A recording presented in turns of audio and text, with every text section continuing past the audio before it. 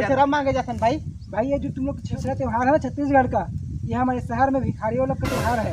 अरे कहा कहत भाई तहाँ तू मन के शहरिया वजह से आज हमारे छत्तीसगढ़ के त्योहार है विलुप्त हो गए भाई। तुमन का समझता अपन आपला शहरिया तक मतलब छत्तीसगढ़ के त्योहार भुला जा तहु तो ही छत्तीसगढ़ के आदमी है ना।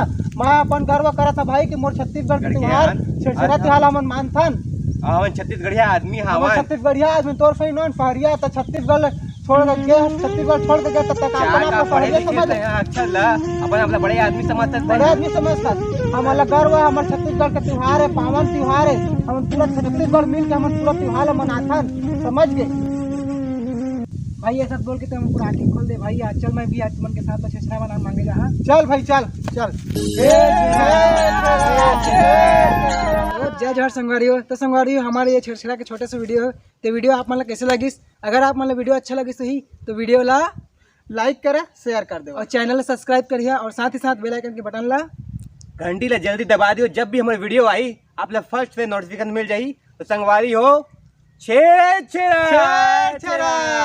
मिलता नहीं किसी साथ फिर नेक्स्ट वीडियो में। तब तक जय जोहर। जय जोहर।